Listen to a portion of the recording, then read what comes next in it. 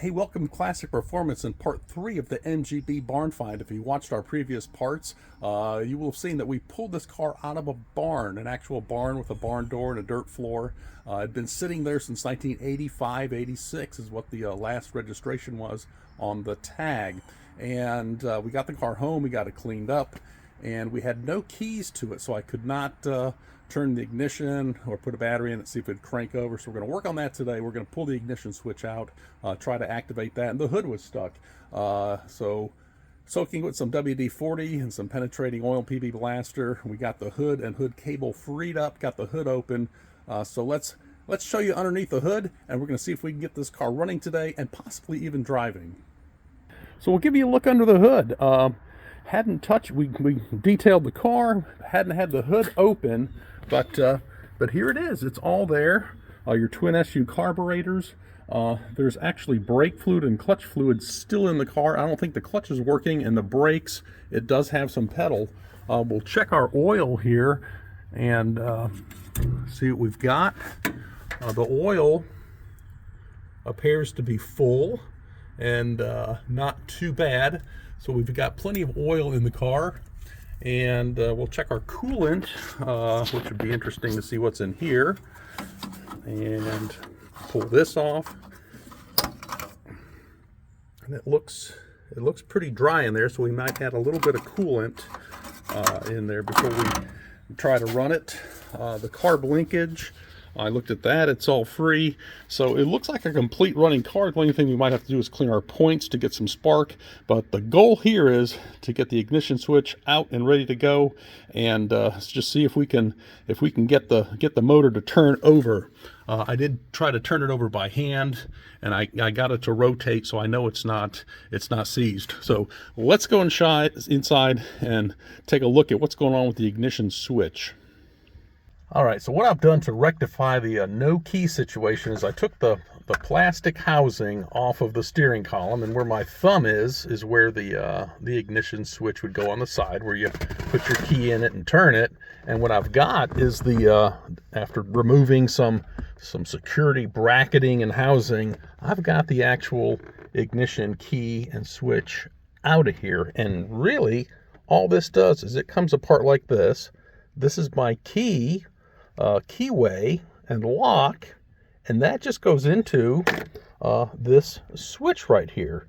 And this switch has 3 wires, so it's power, ignition, and start. So I should be able to take a screwdriver, put it in here now, and I can just turn this switch without the lock on it. And you can see on the end of the lock, it has a little kind of a squarish thing that goes in there, which actually turns the key switch. So with that, I should be able to put a battery in here, put my screwdriver in the ignition switch, turn the ignition on, the fuel pump should run, hopefully, and turn it again, and that should energize the starter, and we'll see if we can get it to crank over. So if you ever mess with old cars, there's a lot of hoodooing involved to try to get things going. The gas tank has a hole in it. It's leaking out of the bottom of it. So I put a hose, just a long hose, to the fuel pump, so we can kind of fill this hose full of fuel and go right to the fuel pump, bypassing the gas tank for now, just to see if we can get some fuel to the carburetors. So we've got our battery hooked up, got our ignition switch out right here. This is just the switch. I'm gonna put a small screwdriver in here and give this a turn to turn it on. You can hear the fuel pump running, so that's a good sign. And I'll turn it off so we know the fuel pump runs, and we'll go up and check the carburetors and see if we have fuel up there. All right, all of our testing is done with the motorcycle battery. Everything seems to check out okay. I've got a better battery here, so we're going to go ahead and turn the ignition switch and see if we can get the motor to crank over. All right, I've got the car in neutral, got our regular automotive battery hooked up, right back to our ignition switch, turn it on. Now that fuel pump is really humming now that we got a good 12 volts to it, and then darn thing turns over. So I guess the next thing is let it turn over for a little bit, see if we have any oil pressure coming up on the gauge.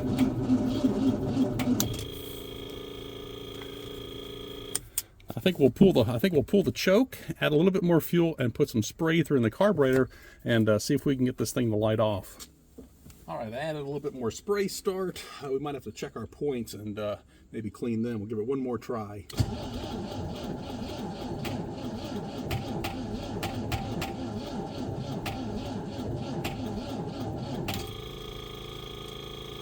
Nothing yet, so let's clean the points, and I don't have a helper right at the moment to for me to crank it over, and so I'm going to check and see if it has a spark, but that would be the next thing to do. So we're going to clean the points, and we'll give it one more try.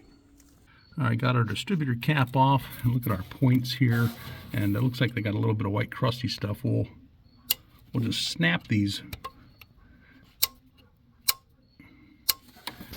points a couple little times, and then I've got a little piece of, it's going to take two hands, a little piece of wet dry paper I'll just put in here and sand the point contacts a little bit, and we'll see what that does. Let's see what happens.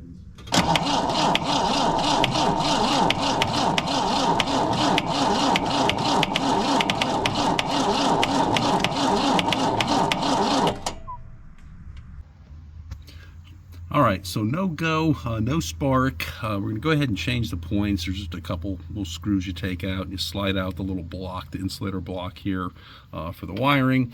We've checked our coil right here, and the coil has 12 volts going to it, so we know we got voltage to the coil, just not getting any spark. And go ahead and replace the points. I went down to Napa, got a replacement condenser, a set of points. Napa had them right there, $24. So just going to go ahead and change them and see if we can get a spark at that point. Okay, old points and condenser are out, and as you can see, somebody was in there kind of making up a little bit of a wiring harness, but it'll work, it'll be fine. And there's our new set going in. Okay, I'm feeling ultra confident now. We got our, make sure our choke's pulled, we got our new points in. I put in a new battery too in the back. We had it jumped off here, so I just went ahead while I was out, went to Walmart, got a new very small battery, and got our choke out. Fuel pump is running, and when that stops running, we know we are full of fuel and up to fuel pressure in the bowls. So it's slowing down. I'm just gonna make sure we're neutral.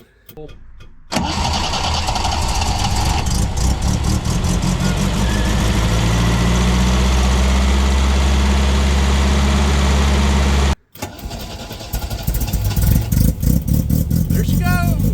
All right.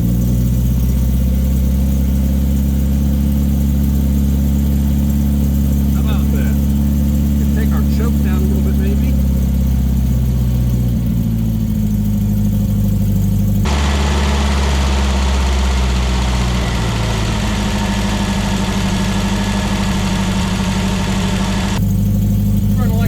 We're going to let it get up to temperature and see if we can get some oil pressure and coolant temperature in the motor.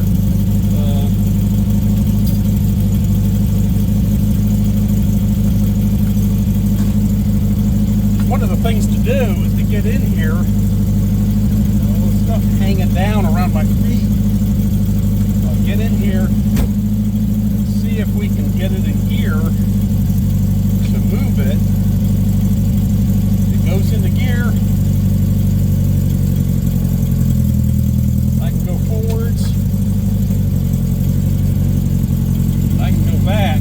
So this car is going to drive. So let's let it warm up and see if we can hit the road in it.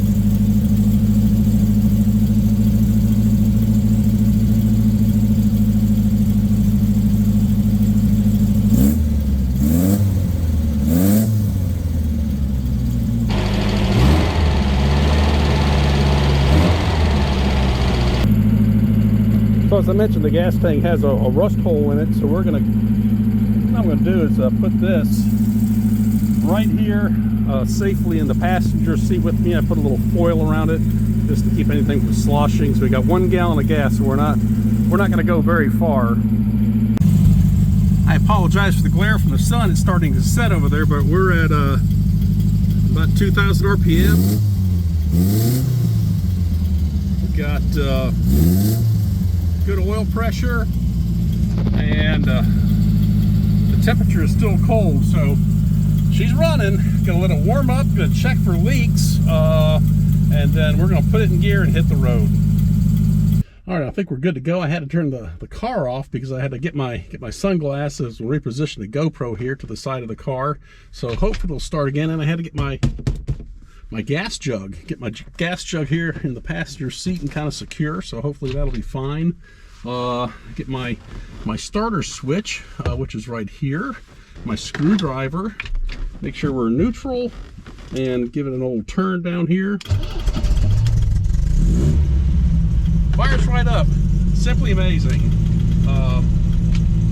Put her in reverse. Got our brake off.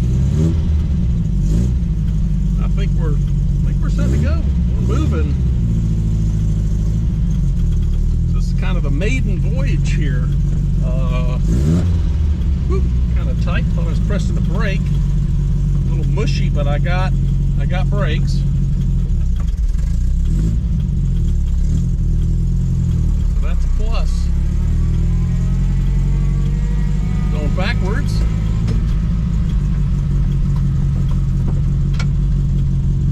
And I'm not hitting the highway. I'm just gonna kind of go around the neighborhood here, just for safety's sake. These tires, if you watch the other videos, these tires are absolutely shot. Dry cracked. First gear. Second gear. Here, got a little shimmy in the wheel here. And fourth gear. Gonna try our brakes out. And we can come to a stop. Very nice. We'll get her back in. Woo! Clutch is a little chattery. Might have some rust on it. Just a running and driving machine.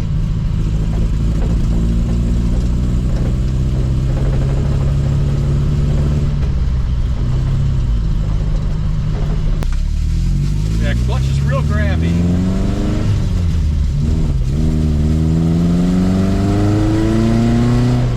Mods exhaust sounds good.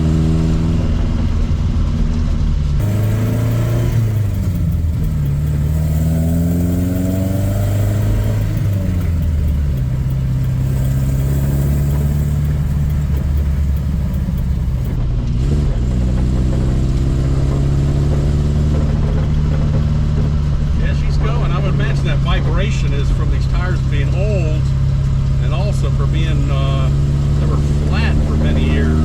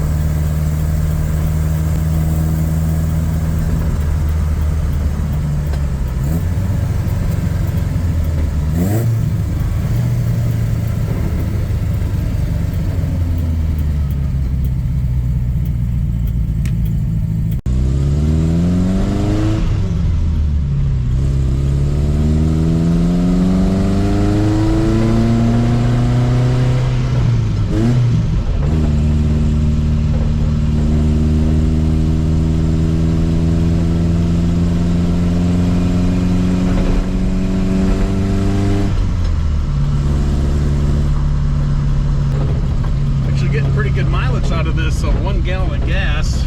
We're about half a gallon away. I realized earlier I was going over too far. I was going to reverse. That's why I was grinding. Up the hill here.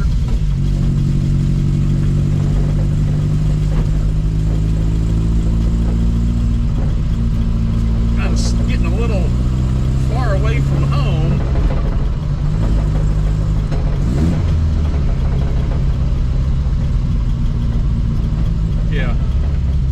right into second. So I was too far over, not being familiar with this pattern, into first.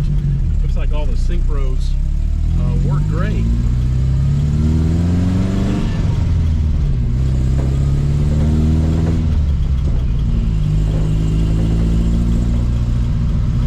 Temperature's kind of coming up towards the halfway point there. So it's running cool, got great oil pressure. Just looks like everything's a go. Right back into second gear. Third. Second.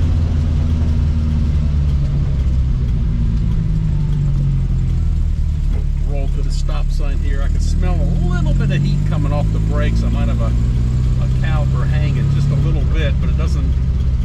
The car seems to roll fine when I push the clutch in. Probably nothing too bad.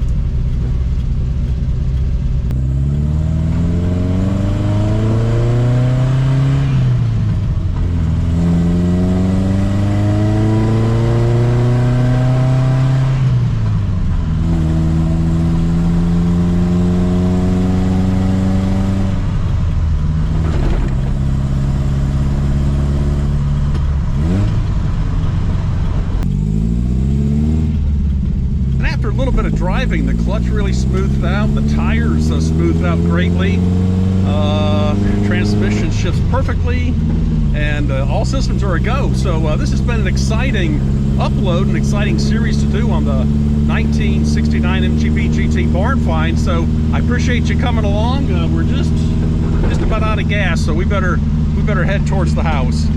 So take care, have yourself a great day. Give this video a thumbs up if you like the content, and subscribe to the channel.